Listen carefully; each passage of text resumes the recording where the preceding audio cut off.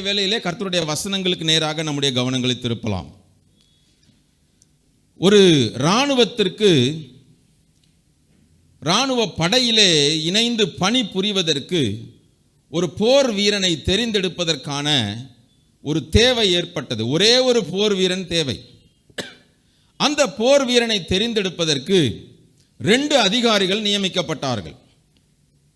அந்த 2 அதிகாரிகளும் அந்த போர் வீரனை எப்படி தெரிந்தெடுக்க வேண்டும் என்பதற்கு பல குவாலிஃபிகேஷன்ஸ் இருந்தது. ஒரு டிகிரியாவது முடித்திருக்க வேண்டும், குறைந்தது 6 அடி உயரமாவது இருக்க வேண்டும், குறைஞ்சது ஒரு 80 கிலோ வெயிட்டாவது இருக்க வேண்டும். போர் வீரன் எப்படி இருக்கணும்? நல்ல வாட்ட சாட்டமாக இருக்கணும், தொப்பை இருக்கக்கூடாது. அப்புறம் எப்படி இருக்கணும்?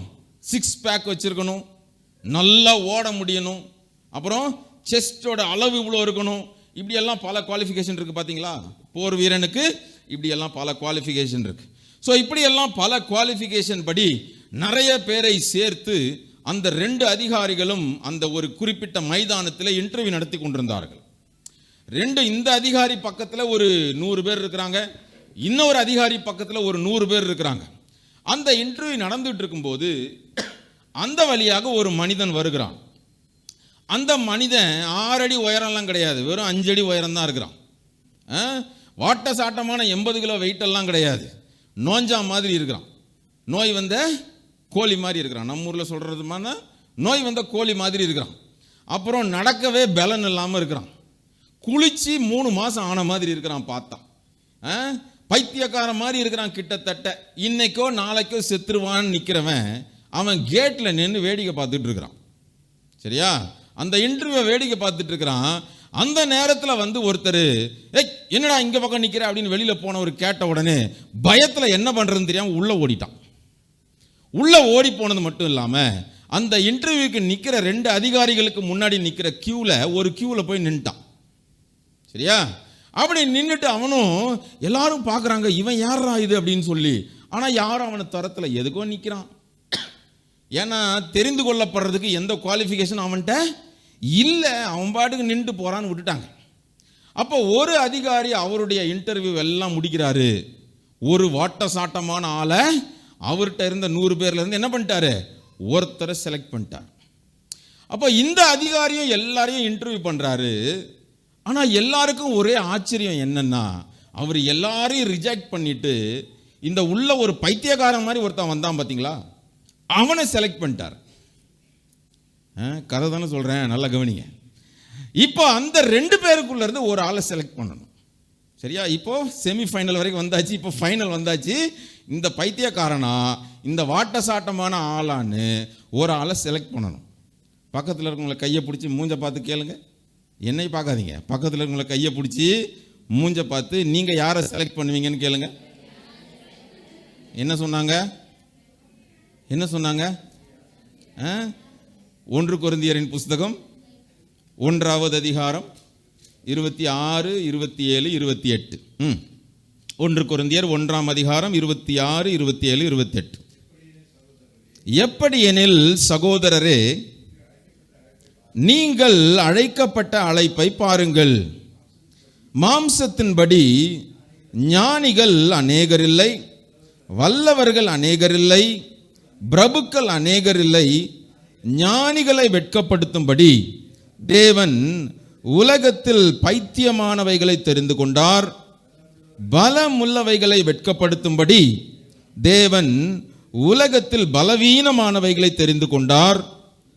உள்ளவைகளை அவமாக்கும்படி உலகத்தின் இழிவானவைகளையும் அற்பமாய் எண்ணப்பட்டவைகளையும் இல்லாதவைகளையும் தேவன் தெரிந்து கொண்டார். ஹல்லேலூயா.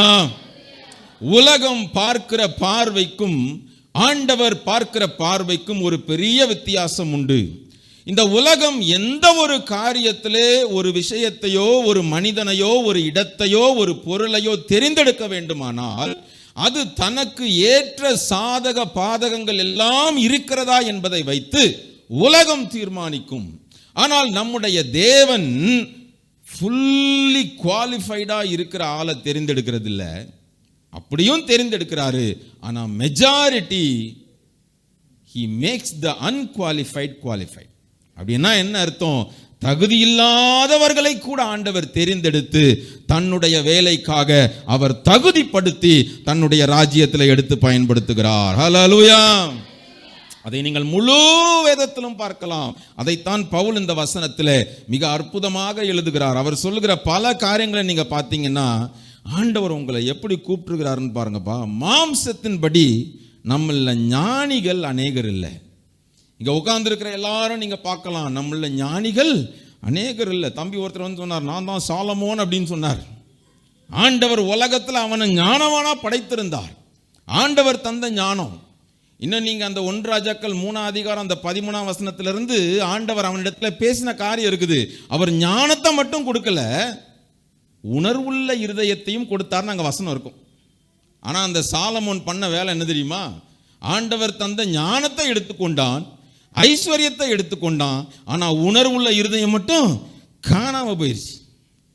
இது ஞானவான்களுக்குள்ள இருக்கிற ஒரு பெரிய டேஞ்சர். இன்னைக்கு வரைக்கும் நீங்க பார்க்கலாம், பெரிய ஞானிகளா இருப்பாங்க, ஆனா உணர்வுள்ள இருதயம் இருக்காதா. ஆண்டவர் பார்க்கிறாரு, பவுல்கிட்ட சொல்றாரு, நான் ஞானிகள்னு பார்த்து உங்களை தெரிந்தெடுக்கலப்பா. அடுத்து சொல்றாரு, அங்க அற்பமானவைகளை தெரிந்து கொண்டேன்.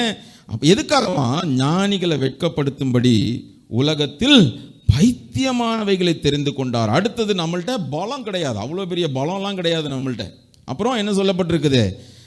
பலவீனமானவைகளை தெரிந்து கொண்டார், உள்ளவைகளை அவமாக்கும்படி இல்லாதவைகளை ஆண்டவர் தெரிந்து கொண்டார். இது எல்லாமே உங்க வாழ்க்கையை நீங்க திரும்பி பார்த்தீங்கன்னா ஆண்டவர் நமக்கு கொடுத்திருக்கிற அழைப்பு என்பது இந்த உலகம் தருகிற அழைப்பை விட மிக மேலானது. ஏனென்றால் உலகம் உங்களிடத்திலே என்ன இருக்கிறது என்று பார்த்து அழைக்கும். தேவன் உன்னிடத்திலே என்ன இருந்தாலும் என்ன இல்லாவிட்டாலும் உன்னுடைய ராஜ்யத்தில் நீ பயனுள்ளவனாய் மாறுவதற்கு உனக்கு என்ன தேவையோ உன்னை கொண்டு வந்து அதை கொடுத்து அவர் நடத்துகிறார். ஹல்லேலூயா. இந்த நாளின் காலை வேளையிலே உங்களுடைய செய்திக்காக நான் ஒரு மனிதனை உங்கள் கண் முன்னால் நிறுத்த விரும்புகிறேன். ஏனென்றால் உங்கள் சபையின் பேரை பார்க்கும்போதே எனக்கு கேபா கிரைஸ்ட் சர்ச்னு போட்டிருந்துச்சு. இங்கே வந்து கேபாவை பற்றி பேசாமல் வேற யாரை பற்றி பேசுறது? அந்த பேதுருவை குறித்து ஆண்டவர் சொல்லுகிற ஒரு சில காரியங்களை நான் காண்பித்து விட்டு, ஏன் ஆண்டவர் அந்த பேதுருவை தெரிந்து கொண்டார் என்று சொல்லி நான் பார்க்கும்போது நீங்கள் ஆச்சரியப்பட்டு போவீர்கள். ஏனென்றால் அவ்வளவு பெரிய வேலைக்கு கொஞ்சமும் தகுதி இல்லாத ஒரு மனிதன் அந்த பேதுரு. ஏன் நான் அதை சொல்லுகிறேன்? வாசிங்க பாப்போம், என் கூட எடுத்து மத்தேயு எழுதின சுவிசேஷம் 16வது அதிகாரத்துக்கு வந்துருங்க. மத்தேயு எழுதின சுவிசேஷம் 16வது அதிகாரம் 18வது 19வது வசனத்தை வாசிச்சிருங்க. மத்தேயு 16ஆம் அதிகாரம் 18 19. மேலும் நான் உனக்கு சொல்லுகிறேன், நீ பேதுருவாய் இருக்கிறாய், இந்த கல்லின் மேல் என் சபையை கட்டுவேன், பாதாளத்தின் வாசல்கள் அதை மேற்கொள்வதில்லை, பரலோக ராஜ்யத்தின் திறவுகோல்களை நான் உனக்கு தருவேன்.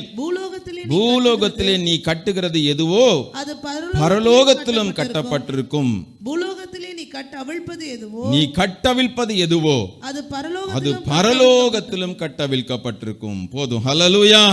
இது யாரை குறித்து ஆண்டவர் சொல்லுகிறார் என்றால், அவரால் தெரிந்தெடுக்கப்பட்ட 12 அப்போஸ்தலர்களிலே பிரதான அப்போஸ்தலன் என்று அழைக்கப்பட்ட அந்த பேதுருவை பார்த்து ஆண்டவர் சொல்லுகிறார். அந்த பேதுருடைய இயற்பெயர் என்ன தெரியுமா? சீமோன். சீமோன்னா என்ன அர்த்தம்னா, கர்த்தர் என்னை கேட்டருளினார்னு அர்த்தம். இந்த பேதுருவை ஆண்டவர் முதல் எப்ப சந்தித்தார்?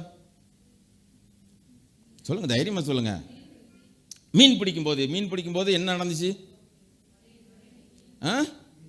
மீன் ஒண்ணுமே கிடைக்கல அப்படின்னு நம்ம நினைச்சுக்குவோம். ஆனா அது முதல் சந்திப்பு கிடையாது. சரியா? ஒன்றும் பிரச்சனை இல்லை. நிறைய பேர் இதை யோசிப்பாங்க. ஆனால் பேதுருவை ஆண்டவர் அதற்கு முன்னரே பல முறை சந்தித்திருக்க வாய்ப்புண்டு. 2 சந்திப்புகள் வேதத்திலும் கொடுக்கப்பட்டிருக்கிறது. அது எங்க அப்படின்னு பார்த்தீங்கன்னா, யோவான் எழுதின சுவிசேஷம், இதெல்லாம் நீங்கள் குறித்து வச்சுக்கோங்க, வீட்டில் போய் தியானிங்க. 1ஆம் அதிகாரம் 35ஆம் வசனத்திலிருந்து 42ஆம் வசனம் வரைக்கும் இருக்கிற பகுதியை நீங்கள் வாசிச்சிங்கன்னா, பேதுருவுக்கு ஒரு சகோதரன் ஒருத்தர் இருந்தார். அவர் பேர் அந்திரேயா. சரியா? அந்த அந்திரேயா முதல்ல யாருக்கு சீஷனாக இருந்தார் என்றால், யோவான் ஸ்நானனுடைய சீஷனாக இருந்தார். ஒரு நாள் அந்த அந்திரேயாவும் இன்னொரு யோவான் ஸ்நானனுடைய சீஷனும் யோவான் ஸ்நானகனோடு நின்று பேசி கொண்டிருக்கும் போது இயேசு அந்த வழியாக போகிறார். அப்போ யோவான் சொல்றான், அதோ போறார் பத்தியா, அவர் தான் மேசியா அப்படிங்கிறான். உடனே அப்போ அந்த அந்திரேயாவும் அந்த இன்னொரு சீஷனும் இயேசுவை பின்தொடர்ந்து போறாங்க. அப்போ இயேசு கேட்கிறார், எங்கப்பா வர்றீங்க அப்படின்ட்டு. இல்லை, உங்க வீடு எங்க இருக்குதுன்னு பார்க்கலான்னு வந்தோம் அப்படின்னாங்க. அவ்வளோதான விஷயம், வா அப்படின்னு அவரே கூட்டிட்டு போய் அன்று அவரோடு தங்கினார்கள்னு போட்டிருக்கு. நிறைய காரியங்களை பேசியிருப்பாங்கல்ல, நம்மளை மாதிரி பக்கத்து வீட்டு கதை, மாமியார் கதை, மருமக கதை, அவன் என்ன இப்படி பண்ணிட்டான், இவன் இப்படி பண்ணிட்டான், அந்த கதைலாம் இல்லை. ஆண்டவர் என்னென்ன காரியங்களை அந்திரேயாவுக்கும் அந்த சீசனுக்கும் சொல்லி கொடுத்தாரோ தெரியாது. அந்திரேயா நேராக வீட்டுக்கு போகிறான். வீட்டுக்கு போய் அந்த அந்திரேயாவுடைய பிரதர் தான் இந்த சீமோன் பேதுரு. அவர்கிட்ட போய் சொல்கிறான், இது மாதிரி நாங்கள் மேசியாவை கண்டோம். என்னது மேசியாவை கண்டியா? உடனே நீ வந்து பார் அப்படின்னு அவரை கூட்டிட்டு வரான். தூரத்தில் வந்து பக்கத்தில் வரும்போதே ஆண்டவர் சொல்றாரு, யோனாவின் குமாரன் ஆகிய சீமோனே, நீ கேபா என்ன போடுவேன்னு அங்கே தான் பேர் வைக்கிறார். அப்போ மீன் பிடிக்கிற சம்பவம் வெறுமையான படகா இருக்கிறதுக்கு முன்னாடியே ஆண்டவர் என்ன பண்ணிட்டாரு, அவனை மீட் பண்ணிட்டார். இது முதலாவது சந்திப்பு. அன்றைக்கே பேதுருவுக்கு பயங்கர ஆச்சரியம், என்னடா இவர் யாருன்னே தெரியாது, இவன் பெயரை சொல்லி கூப்பிட்டாரு, அதுவும் என்னவா மாத்திட்டாரு, கர்த்தர் என்னை கேட்டருளினார் என்ற பேரை மாத்தி யூ ஆர் அ ராக்னு பேர் வைக்கிறார். யூ ஆர் அ ராக் ஸ்டார்ன்னு இருப்பாங்க இந்த காலத்து மக்களாக தான். என்ன பேர் வைக்கிறாரு, ஆண்டவர் மண்ணா இருக்கிற ஒருத்தனை எடுத்து கல்லா மாத்தவும் அவரால் முடியும். ஹல்லேலூயா. நான் கல்லு கல்லு கல்லுன்னு நிமிந்து நிற்கிறவனை மண்ணாக்கவும் அவரால் முடியும். ஆண்டவர் பார்க்குறாரு, எப்பா நீ பேதுரு தான், நீ வா இங்க.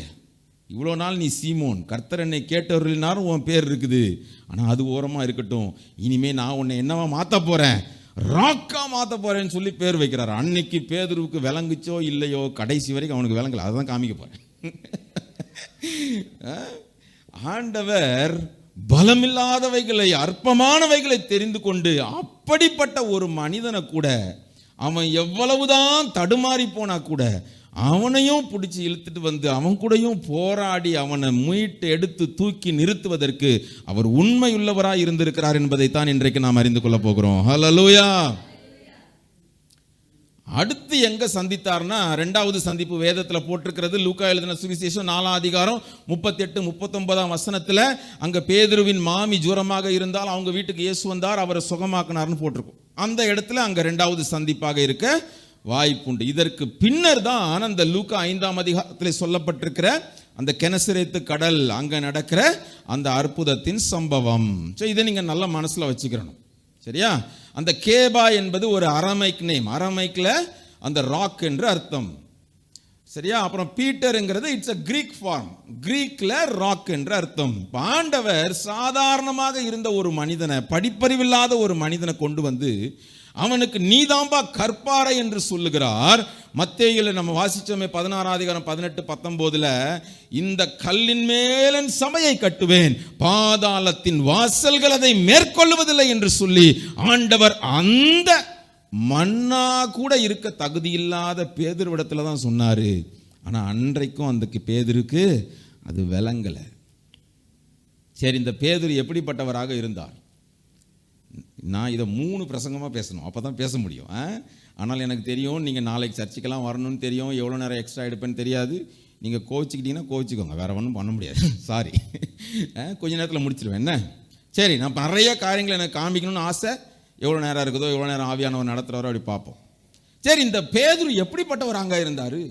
இவரை கொண்டா ஆண்டவர் சொன்னாரு, இந்த கல்லின் மேல தான்ப்பா நான் சபையை கட்ட போறேன், நீ தான் பரலோகத்திற்கான திறவுகோலையே வச்சிருக்கிற அப்படின்னு இந்த மனுஷனை பார்த்து சொல்லணும்னா அவன் எவ்வளவு குவாலிஃபைடா இருந்திருக்கணும், எவ்வளவு வேத ஞானம் உள்ளவனா இருந்திருக்கணும், எவ்வளவு ஆண்டவருக்காக பக்தி வைராக்கியமா செயல்படுகிறவனா இருந்திருக்கணும், எவ்வளவு ஆண்டவர் மேல விசுவாசம் உள்ளவனா இருந்திருக்கணுமா?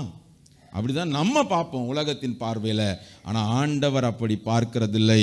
அவர் எப்படிப்பட்டவர்களா இருந்தாலும் அவர் வைத்த தரிசனம் அது ஒருபோதும் மாறுகிறதில்லை.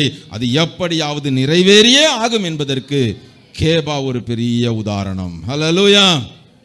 சரி, இப்போ என் கூட வாசிங்க பார்ப்போம். மத்தேயு எழுதின சுவிசேஷத்துக்கு வாங்க. மத்தேயு எழுதின சுவிசேஷத்தில் 14ஆவது அதிகாரத்தில் ஒரு சம்பவம் சொல்லப்பட்டிருக்கிறது. என்ன நடக்கிறது? எல்லாரும் எல்லா சீஷர்களும் படகிலே போய் கொண்டிருக்கிறார்கள். அதே கலிலேயா கடல்ல இந்த பக்கத்துல இருந்து அந்த பக்கத்துக்கு போய் கொண்டிருக்கிறாங்க. அப்ப என்ன நடந்துச்சு? பெரிய புயல் வந்தது, காற்று அடித்தது, வீசினது. இயேசு அப்ப என்ன பண்றாரு? கடல்ல என்ன செய்யறாரு? இயேசு கடல்ல நீச்சல் அடிக்கிறாரா? நடந்து வருகிறார். அப்போ அந்த கடல்ல முதல்ல இறங்கி நடந்த இன்னொரு ஆள் யாரு? பேதுரு தான்.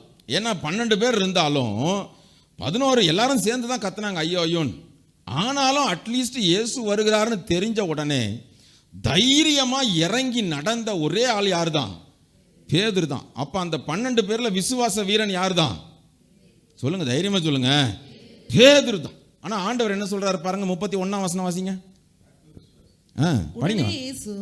கையை நீட்டி அவனை பிடித்து அற்ப விசுவாசியே ஏன் சந்தேகப்பட்டாய் என்றார். இயேசு ரொம்ப மோசமானவர் இல்ல? 12 பேர்ல 11 பேர் பயந்து போய் உட்கார்ந்துருக்கான். ஆனா ஒரு மனுஷன் தைரியமாக இறங்கி வந்திருக்கான். அவனை பார்த்து என்ன சொல்லணும் ஆண்டவர்? உண்மையாவே அவன் முங்கி இருந்தா கூட பரவாயில்லப்பா, 12 பேர்ல நீ ஒருத்தனாவது விசுவாசியா இருந்திருக்கே அப்படித்தான் சொல்லணும். ஆனா ஆண்டவர் என்ன சொல்றாரு? அற்ப விசுவாசியே. பக்கத்தில் இருக்கவங்கள பார்த்து சொல்லிருங்க, நீங்க நல்ல விசுவாசியா அற்ப விசுவாசியா? பதில் சொல்ல மாட்டாங்களே, கேள்வி மட்டும்தான் கேட்பாங்க. ஆண்டவர் ஏன் ஆண்டவரே? நானும் யோசிச்சு பார்த்தேன். ஆண்டவரே என்ன ஆண்டவரே, அவங்க ஒருத்தர் இறங்கி வந்திருக்கான், அட்லீஸ்ட் இவ்வளோ தூரம் நடந்து வந்திருக்கான், ஏதோ பக்கத்தில் வந்து திரும்ப உங்களை பார்க்காம அதை எல்லாரையும் பார்த்துட்டு முங்கிட்டான். அப்போ ஆண்டவர் எனக்கு கற்றுக் கொடுத்த காரியம், பேதுரு யாரு சொல்லுங்க? பை ப்ரொஃபஷன் அவன் யாரு? ஃபிஷர்மேன். அப்போ ஒரு ஃபிஷர்மேனுக்கு வசனம் சொல்லுது இயேசு கையை நீட்டி தான் தூக்குனாராம். ஒரு ஃபிஷர்மேனோட குவாலிட்டி என்னவா இருக்கணும்? ஒரு புயல் அடிக்குது, அவன் முங்கும் போது முதல்ல அவன் என்ன செய்வான்? நீந்துவான். அப்போ பேதுருவுக்கு என்ன ஆயிப்போச்சு? பயத்தில் இயேசுவே முன்னாடி இருந்தாலும் தனக்கு நீச்சல் தெரியுங்கிறது கூட மறந்து போச்சு. அடப்படுபாவி, ஆண்டவர் சொல்றாரு இதுக்கு நீ அங்கேயே இருந்திருக்கலாமேடா படகுலையே, அற்ப விசுவாசியேன்ட்டார். இந்த பேதுருவை பார்த்தா ஆண்டவர் சொல்றாரு இந்த கல்லின் மேல் என் சபையை கட்டுவேன்னு சொல்லி.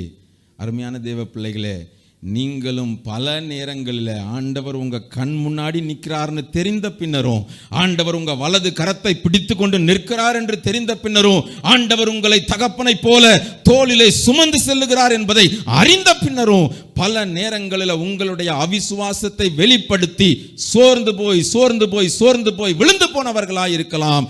ஆனால் அதை வைத்து ஆண்டவர் உங்களை தள்ளி விடுகிறதில்லை. உங்களை மீண்டும் அவர் கேபாவாகத்தான் பார்க்கிறார், உங்களை கற்பாறையாகத்தான் நிறுத்துகிறார். அதுதான் ஆண்டவருக்கும் உலகத்திற்கும் இருக்க வித்தியாசம். ஒரு உலக மனிதன், ஒரு உலக பிரகாரமான தலைவன் என்கிட்ட இருந்து எவ்வளோ நன்மையை பெற்றிருக்கிற, இப்படி வந்து நீ பயந்தாங்கோலியா இருக்கிறேன்னு சொல்லி அந்த மனிதனை ரிஜெக்ட் தான் பண்ணும். ஆண்டவர் அவனை அற்ப விசுவாசியே என்று வேதனை நிமித்தம் சொன்னாலும், ஏன்பா சந்தேகப்பட்டாயின்னு கேட்டாலும், ஆண்டவர் அவனை குறித்து வைத்திருந்த தரிசனத்தை அவனை கொண்டுதான் நிறைவேற்ற விரும்புகிறார். வேறு ஒருவனிடத்திலே கடத்துவதற்கு அவர் விரும்புகிறதில்லை. நாளின் மாலை வெளியில வந்திருக்கிற அருமையான தேவ பிள்ளையே, நீ எப்பேற்பட்ட நிலைமையில இருந்தாலும், பல நேரங்களிலே உன்னுடைய வாழ்க்கையின் சூழ்நிலை மூழ்கடிக்கப்பட போகிற நிலைமைக்குள்ள நீங்க இருந்தாலும், நீ மறந்து போகாதே, சந்தேகப்படாதே. உனக்கு முன்பாக நிற்கிற ஒரு தேவன் எப்போதும் உனக்கும் இருக்கிறார். அதை அன்றைக்கு பேதுரு அறிந்திருந்தானோ இல்லையோ தெரியல, ஆண்டவர் பார்க்கிறாரு. அவனுக்கு ஒருவேளை கோபம் தான் வந்திருக்கும், இவர் என்ன ஒரு அற்ப விசுவாசின்னு சொல்லிட்டாரு, 12 பேர்ல நான் ஒருத்தன் தான் தைரியமா நடந்து வந்தேன் அப்படின்னு அவன் யோசிச்சிருக்கலாம் மாம்சத்தில். ஆனா ஆண்டவர் எப்போதுமே அவர் வித்தியாசமாக பார்க்கிறார். காலங்கள் அவருடைய கரத்தில் இருக்கிறது. ஏனென்றால் ஆண்டவருக்கு தெரியும், எப்பா அந்த 12 பேர் இருக்கிறவங்க எல்லாரை குறித்து என்ன நடக்க போகுது, அவங்கள குறித்து வைத்திருக்கிற நோக்கம் எனக்கு தெரியும். ஆனா உன்னை குறித்து நான் வைத்திருக்கிற நோக்கம் அது மிக பெரியதுப்பா. உன் கையில தான் பரலோகத்தின் திறவுகோலே இருக்க போகிறது. நான் மரித்து உயிர்த்தெழுந்து பரமேறி போன பின்னர் நீ தான் எழும்பி பேச போகிற. உன் வார்த்தையின் மூலமாகத்தான் 3000 5000 என்று சொல்லி ஆயிரங்களிலே ஜனங்கள் சேர்க்கப்பட போகிறார்கள் தெரியுமோ. அதற்கு நீ இந்த சந்தேகத்தோடு நடக்கக்கூடாது என்பதை ஆண்டவர் அங்கேயே காட்டி கொடுக்கிறார். எத்தனை அற்புதமான ஆண்டவர்! ஆனால் இந்த மனுஷனையா ஆண்டவர் கற்பாருன்னு சொல்லணும். நம்முடைய தேவன் அப்படித்தாங்க அழைக்கிறாரு. நம்முடைய தேவன் அப்படித்தான் அழைக்கிறார். அவன் குவாலிஃபைடான அவர் பார்க்கறதில்ல. அவனுக்கு எந்த குவாலிட்டியும் இல்லாமல் இருந்தாலும் பரவாயில்ல, தரிசனத்தை மட்டும் புரிஞ்சுக்கிட்டு வந்துட்டா போதும். அவனை தரிசனத்திற்கு நேராக நடத்துகிறதுக்கு தேவையான கிருபையையும் பலத்தையும் அவர் தந்து நடத்துகிறவர். ஹல்லேலூயா. சரி, அடுத்து என்ன நடக்குது பாருங்க. மத்தேயு 16ஆம் அதிகாரத்துக்கு வந்துருங்க. இங்கே 16ஆம் அதிகாரத்தில் 18-19 வசனத்தை நீங்கள் வாசிக்கிறதுக்கு முன்னாடி ஆண்டவர் பார்க்குறாரு, எல்லார்ட்டையும் கேட்குறாரு, ஜனங்கள் என்னை பார்த்து என்னன்னு சொல்கிறாங்க அப்படின்னு கேட்குறாரு. உடனே பேதுரு என்ன சொன்னார் தெரியுமாங்க? நீர் ஜீவனுள்ள தேவனுடைய குமாரனாகிய கிறிஸ்து அப்படின்ட்டார். உடனே ஆண்டவர் சொல்லிட்டார், உனக்கு இது மாம்சம் இதை வெளிப்படுத்தலை. யார் தான் உனக்கு வெளிப்படுத்தியிருக்கிறா? பிதாவாகிய தேவனே உனக்கு வெளிப்படுத்தியிருக்கிறாருன்னு சொல்லிட்டார். ஆனால் இதுக்கப்புறம் தான் ஆண்டவர் சொல்கிறாரு, இந்த கல்லின் மேலே என் சபையை கட்டுவேன், பாதாளத்தின் வாசல் அதை மேற்கொள்ளுகிறதில்ல, பரலோகத்திற்கான திறவுகோல் ஓன்ட்ட இருக்குது, நீ எதை கட்டுறியோ அது கட்டப்படும், நீ எதை கட்டவிழ்க்கிறியோ அது கட்டவிழ்க்கப்படும். இப்படி பயங்கரமாக எல்லாரும் முன்னாடியும் ஆண்டவர் பேதுரு என்ன பண்ணிட்டாரு? தூக்கி வச்சுட்டார். ஆனால் இப்படி தூக்கி வச்ச உடனே சில நேரத்தில் சில மனிதர்களுக்கு மண்டை என்ன ஆயிரும்? கலண்டுறோம். நமக்கும் பல நேரத்தில் அப்படித்தான். ஆண்டவர் தூக்கி வைக்கிற வரைக்கும் நல்லா தான் இருப்போம். தூக்கி தூக்கி தூக்கி தூக்கி தூக்கி மேலே போன உடனே ரொம்ப மேலே இருந்து கீழே விழுந்தா ரொம்ப அடிப்படும். மேலே போக போக தான் எப்படி இருக்கணும்? ஜாக்கிரதையாக இருக்கணும். கீழே இருக்கும்போது விழுந்தா பிரச்சனை இல்லை, ரொம்ப மேலே போக போக கவனமாக இருக்கணும். ஊழியத்தில் ரொம்ப முக்கியம் அது. ஆமாம், ஆண்டவருடைய பிள்ளைகளுக்கு ரொம்ப கவனமாக இருக்கணும். இப்போ பேதுருக்கு என்ன நடக்குது பார்த்தீங்கன்னா, அடுத்து அங்கே 20ஆம் வசனம் 21ஆம் வசனத்துலலாம் அங்கே என்ன சொல்கிறாராம் ஆண்டவர்? அவர் எருசலேமுக்கு போகணும், தேவ திட்டத்தின்படி அவர் பாடு அனுபவிக்கணும், அவர் கடந்து போகிற பாதையெல்லாம் அவர் சொல்லும்போது 22ஆம் வசனத்தில் பேதுரு அவரை தனியே அழைத்து கொண்டு போய், ஆண்டவரே, இது உமக்கு நேரிடக்கூடாதே, இது உமக்கு சம்பவிப்பதில்லையே என்று என்ன செஞ்சாராம்? அவரை கடிந்து கொள்ள தொடங்கினாராம். ஆமாம், இது என்ன நடந்துச்சுன்னா, ஆண்டவர் கொஞ்சம் அவரை உயர்த்தி தூக்கி வச்சு பேசின உடனே, கொஞ்சம் அப்ரிஷியேட் பண்ண உடனே இவர் என்ன பண்ணிட்டார்? ஆண்டவருக்கே கிளாஸ் எடுக்க ஆரம்பிச்சிட்டார், ஆண்டவருக்கே ஐடியா கொடுக்க ஆரம்பிச்சிட்டார். இது பல நேரத்தில் நம்ம வாழ்க்கையில் நடக்கும். ஆமாம், உங்கள் ஐடியாவை உங்கள்கிட்டே வச்சுக்கோங்க. பக்கத்தில் இருக்கவங்களை பார்த்து சொல்லிடுங்க, இதெல்லாம் உங்கள் ஐடியாவை உங்கள்கிட்டே வச்சுக்கோங்க, ஆண்டவருக்கெல்லாம் கொடுக்காதீங்க. ஆண்டவர் அடுத்த வாசனத்திலே சொல்லிட்டாரு, இப்போ தான் மாம்சமும் ரத்தமும் உனக்கு வெளிப்படுத்தல, பிதாவான தேவனே உனக்கு வெளிப்படுத்தினான்னு சொன்னவர் அப்பாலே போ சாத்தானேன்ட்டார். இந்த மனுஷனை போயா ஆண்டவர் பாருன்னு சொல்லுவார்? யார் தெரியுமா? இந்த ரெண்டாவது, முதலாவது பேதுரு அற்ப விசுவாசி, ரெண்டாவது எல்லாவற்றையும் மாம்ச கண்ணோட்டத்தோடையே பார்க்குற ஒரு ஆள். ஆவிக்குரிய காரியங்கள் அவனுக்குள்ள இருந்தாலும் பல நேரத்தில் மாம்சம் அவனை மேற்கொள்ளுவதை அவனுடைய வார்த்தைகளில் நீங்க பார்க்க முடியும். ஆண்டவர் ஒரு பெரிய தரிசனத்தின்படி, திட்டத்தின்படி அவர் வைத்திருக்கிற காரியங்களை அவர் பேசி கொண்டிருக்க, இவர் புதிய வெளிப்பாட சொல்றார். ஆண்டவர் தான் சொன்னாரு, உனக்கு மாம்சமும் ரத்தமும் வெளிப்படுத்தலப்பா, உனக்கு ஒரு புதிய வெளிப்பாடு பிதா கொடுத்துருக்கிறாருன்னு சொன்ன உடனே பேதுருக்கு எங்கேயோ வந்துருச்சு. பரவாயில்ல, நமக்கு பயங்கரமான வெளிப்பாடு வந்துருச்சு, அடுத்து வேற வெளிப்பாடுக்கு நம்ம இயேசுவுக்கே வெளிப்பாடு சொல்றோம். ஆமாம், இதுதான் இன்னைக்கு பல நேரத்தில் பல இடங்கள்ல நடக்கிறது. ஆண்டவருக்கே புதிய வெளிப்பாடு தான். சரியா? சரி, இதெல்லாம் பேசின நேரம் ஆகி போயிடும். அப்போ பேதுரு இப்படிப்பட்ட ஒரு மனுஷன், ஆனால் அவனை பார்த்தா ஆண்டவர் சொன்னாரு, சரி இவன் மாம்சத்தில் இப்படி செயல்பட்டுட்டானே, ஆண்டவர் அவனை ரிஜெக்ட் பண்ணிட்டு வேற ஆளை கேஃபாவா மாத்தல, அதே கேபாவை, அதே மனிதனை நம்பித்தான் இருக்கிறார். அவன் பல நேரத்தில் தடுமாறினாலும் ஆண்டவர் அவனை விடுகிறதாக இல்லை. ஹல்லேலூயா. நம்முடைய வாழ்க்கையிலும் பல சூழ்நிலைகளில் அப்படி தடுமாறி இருப்போம். ஆண்டவருடைய திட்டத்திற்கு மாறா வேற ஒரு திட்டத்தை போட்டிருப்போம். ஆண்டவர் சொன்னதை கேட்காம வேற காரியத்தை சொல்லி எதையாவது மாட்டியிருப்போம். பல நேரத்தில் ஆண்டவருடைய சிச்சைக்கு உள்ளாகி இருப்போம். But still that doesn't mean that the vision is dead. ஆண்டவர் உங்களை குறித்து வைத்திருந்த தரிசனம் அது செத்து போனது என்ற அர்த்தம் இல்லை. எந்த பேதுருவை ஆண்டவர் மீண்டும் நிறுத்தினாரோ அதே ஆண்டவர் உங்களை நம்பித்தான் அவர் இன்றைக்கு வந்திருக்கிறார். ஹல்லேலூயா. சரி, அடுத்து அங்க என்ன நடக்குது பாருங்க. 19ஆம் அதிகாரத்துக்கு வந்துருங்க. மத்தேயு 19ஆம் அதிகாரம். அந்த இடத்துல என்ன நடக்குதுன்னா, சீஷர்கள்லாம் இருக்கும்போது ஒரு மனுஷன் வர்றான். ஆண்டவரே, நான் நித்திய ஜீவனை சுதந்திரித்துக் கொள்றதுக்கு என்ன பண்ணணும்?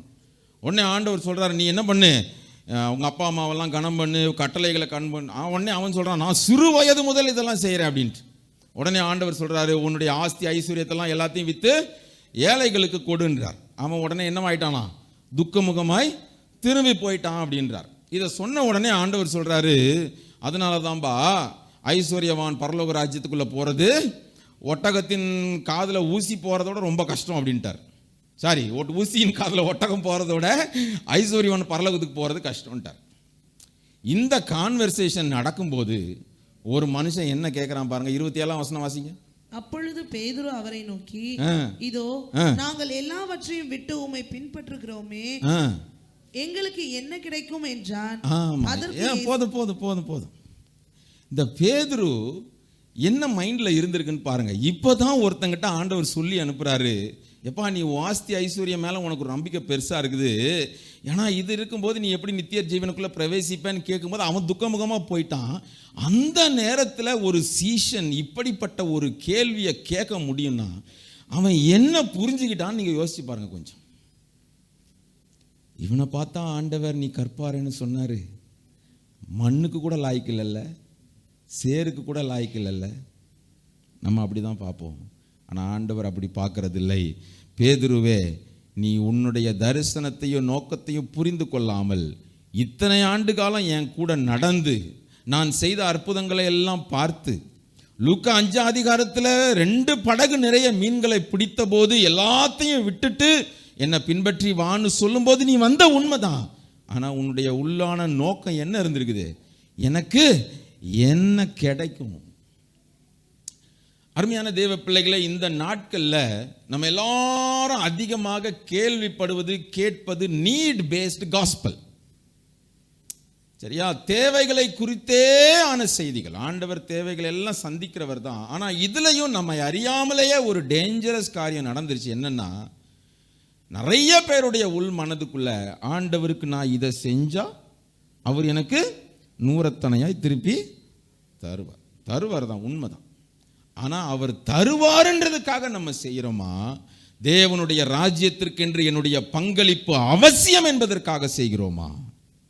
ரொம்ப பெரிய கேள்வி. உங்களை நீங்கள் கேட்டுக்கோங்க. நீங்கள் எந்த ஒரு காரியம் செய்திருக்கலாம், உங்களை சபைக்காக, ஊழியத்திற்காக, தேவனுடைய ராஜ்யத்திற்காக நீங்கள் செய்கிற எந்த ஒரு காரியமும் அதுக்கு பின்னாடி ஒரு ஹிடன் அஜெண்டா இருக்கக்கூடாது. நான் எதற்காக செய்கிறேன்?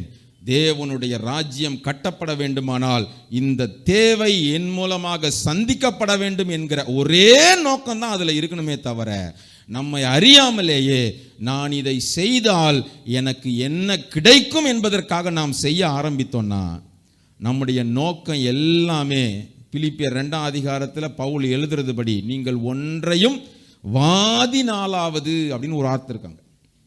அந்த வாதுன்றதுக்கு இங்கிலீஷில் என்னன்னா செல்ஃபிஷ் ஆம்பிஷன்ஸ். நம்ம எல்லாத்தையும் எதை செய்தாலும் நான் இதை செய்தா எனக்கு என்ன கிடைக்கும். அந்த சீசனுக்குள்ளேயே அப்படி ஒரு காரியம் உள்ள காணப்பட்டுருச்சே. ஆண்டவருடைய மனது எவ்வளோ வேதனைப்பட்டிருக்கும் அந்த வார்த்தையை அவன் கேட்கும்போது. ஆண்டவர் அதற்கு அழகாக ஆன்சர் பண்ணி முடிச்சிட்டார். பரலோக ராஜ்யத்தில் நீங்கள் வரும்போது அப்படி இருப்பீங்க இப்படி இருப்பீங்கன்னு முடிச்சிட்டாரு. ஆனால் அவன் நோக்கம் எல்லாம் எப்படி தான் இருந்திருக்குது?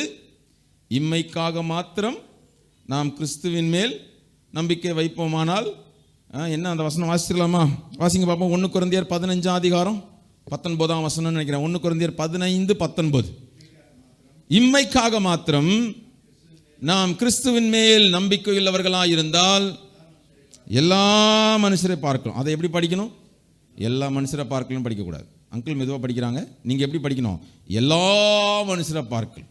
எப்படி இருப்போமா? ஆமாம், ரட்சிக்கப்பட்டவன், பாவி, நரகத்துக்கு போகிறவன், குடிகாரன், இவங்க எல்லாரோட நம்ம பரிதபிக்கப்பட்டவனாம். அப்போ எதுக்காக ஆண்டவரை பின்பற்றுறோம்? என்ன கிடைக்கும் என்பதற்காக அல்ல. யோபு சொன்னது போல, அவர் என்னை கொன்று போட்டாலும் அவர் மேல் நம்பிக்கையாயிருப்பேன். ஹல்லேலூயா. ஆமாம், அதுதான் ஒரு உண்மையான தேவ பிள்ளைக்கான அடையாளம். ஆனால் அப்படிப்பட்ட மனிதனையா ஆண்டவர் இந்த கல்லின் மேல் என் சபையை கட்டுவேன்னு சொன்னார்? அவனை பார்த்து தாங்க சொன்னார். நம்மளும் பல நேரத்தில் அப்படி தான் இருந்திருக்கிறோம். நம்மளை அறியாமலேயே பல நேரங்களில் என்ன ஒன்றும் நடக்கலையே, ஆண்டவரை தேடி தேடி ஒன்றும் நடக்கலையே, எனக்கு அது நடக்கலையே, இது நடக்கலையே, அவனுக்கு நடந்துருச்சே. நமக்கு பல நேரத்தில் பிரச்சனையே நமக்கு நடக்கலன்றது பிரச்சனை கிடையாது, அவனுக்கு நடந்துருச்சு எனக்கு நடக்கலையே, இதுதான் பிரச்சனை. சரி, இதுதான் சவுலுக்கு இருந்த பிரச்சனையும் அதுதான். சவுல் நீ கம்பேர் பண்ண, நீ ஆண்டவரோட தான் கம்பேர் பண்ண. யார் கூட கம்பேர் பண்ணிட்டு இருக்கிறான்? தாவீதோட தன்னை கம்பேர் பண்ணிக்கிட்டு இருக்கிறான். அவனுக்கு நடந்துருச்சு எனக்கு நடக்கலையே நினைச்சோம்னாலே நம்ம போயிடுவோம். சரி, நேரம் ஆகிட்டே இருக்கு பார்த்தீங்களா. சரி, அடுத்து ஒரு காரியத்தை வாசிங்க பார்ப்போம். அடுத்து என்ன நடக்குது? மத்தேயு 26 அதிகாரத்துக்கு வந்துருங்க.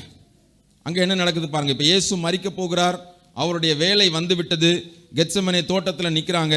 26 அதிகாரத்தில் ஆண்டவர் அவர்களை எல்லாரையும் தனக்கு நெருக்கமாக இருந்த 3 சீஷர்களையும் கூட்டிட்டு அவர் நீங்கள்லாம் கொஞ்சம் நேரம் ஜோம் பண்ணுங்கப்பான்னு சொல்லிட்டு அவர் சற்று அப்புறம் போய் என்ன பண்ணாராம், அவர் ஜோம் பண்ணிட்டு இருந்தாராம். கொஞ்ச நேரம் கழிச்சு திரும்பி வந்து பார்க்கிறார். என்ன நடக்குது பாருங்க. 26 அதிகாரம் 40வது வசனம். பின்பு அவர் சீஷர்களிடத்தில் வந்து அவர்கள் நித்திரை பண்ணுகிறதை கண்டு பேதுருவை நோக்கி, யார் நித்திரை பண்ணது? பேதுரு, யோவான், 3 பேரும் தான் நித்திரை பண்ணாங்க. ஆனால் ஆண்டவர் யார்கிட்ட கேட்குறாரு? ஆமாம், அப்பவும் ஆண்டவர் பேதுருவை பிரதானப்படுத்துறாரு. எப்பா ஏன்டா 3 பேர் இப்படி தூங்குறீங்கன்னு கேட்கல, பேதுருவை தான் எழுப்பி கேட்குறாரு. ஏன்னா ஆண்டவருக்கு தெரியும், பேதுருவே எல்லாரை கொண்டு நான் ஒரு நோக்கம் வச்சிருக்கிறேன், ஆனால் உன்னை கொண்டு பெரிய நோக்கம் வைத்திருக்கிறேன். நீ ஒரு கற்பாறையாக இருக்க வேண்டியவன், நீ பாதாளத்தின் வாசல்களை மேற்கொள்ள வேண்டியவன், பரலோகத்தின் திறவுகோலை உடையவன், நீயே இப்படி தூங்கலாமா அப்படின்னு ஆண்டவர் கேட்குறார். சொல்லிட்டு 1 மணி நேரமாவது முழித்திருக்க கூடாதான்னு கேட்டு போயிட்டார். போய் கொஞ்ச நேரம் கழிச்சு திரும்பி வர்றாரு. திரும்பவும் 3 பேர் தூங்கிட்டு தான் இருந்தாங்க. ஆமாம், பக்கத்தில் உங்களை பார்த்து சொல்லிடுங்க, பேதுரு நம்மளோட மோசமானவங்க சொல்லிடுங்க. ஆமாம், ஆண்டவர் உங்கள்கிட்ட தூங்காத எலும்பி கொஞ்ச நேரம் ஜோம் பண்ணுன்னு சொன்னால் நீங்கள் எப்படி ஜோம் பண்ணியிருப்பீங்க? நீங்கள்லாம் தங்கமான ஆட்கள் ஆச்சு, என்னையும் சேர்த்து தான் சொல்கிறேன். ஆண்டவர் சொல்லியும் ஒருத்தன் தூங்குறான்னா ஏசையா. இது எதை குறிக்கிறது? பேதுரு ஒருபோதும் தன்னுடைய கம்ஃபர்ட் ஜோன்லேருந்து வெளியே வர்றதுக்கு விரும்புகிறதே கிடையாது. இதுவும் இன்றைக்கு கிறிஸ்தவத்தில் உள்ள ஒரு பெரிய சாபக்கேடு. ஆண்டவர்காக நம்ம பயன்படணும்னா கொஞ்சம் நம்ம கம்ஃபர்ட் ஜோன்லேருந்து கொஞ்சம் என்ன பண்ணணும்? வெளியே வரணும். படகு சற்றே தள்ளப்பட்டால்தான் தண்ணிக்குள்ளே போக முடியும். லூக்கா 5 அதிகாரத்தில் அந்த வசனம் அழகாக இருக்குது. ஆண்டவர் சொல்கிறார் பேதுருட்ட, அந்த படகை ஓரங்கட்டி வச்சிருக்கிறியே அதை என்ன பண்ணு, சற்றே தள்ளும்படி கேட்குறார். சற்றே தள்ளி தண்ணிக்குள்ளே விட்டால் கொஞ்சம் இப்படி ஆடத்தான் செய்யும். நான் ஆடவே மாட்டேன்னா உங்களை வச்சு ஒன்றும் ஆட முடியாது.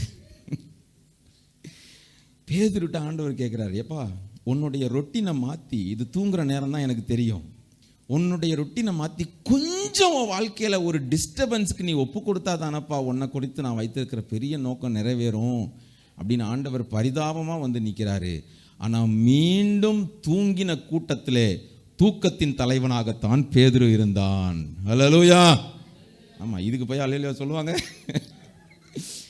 ஆண்டவர் இவனை பார்த்து சொல்கிறாரு, நீ பாதாளத்தின் வாசல்கள் எல்லாம் மேற்கொள்ள போகிற.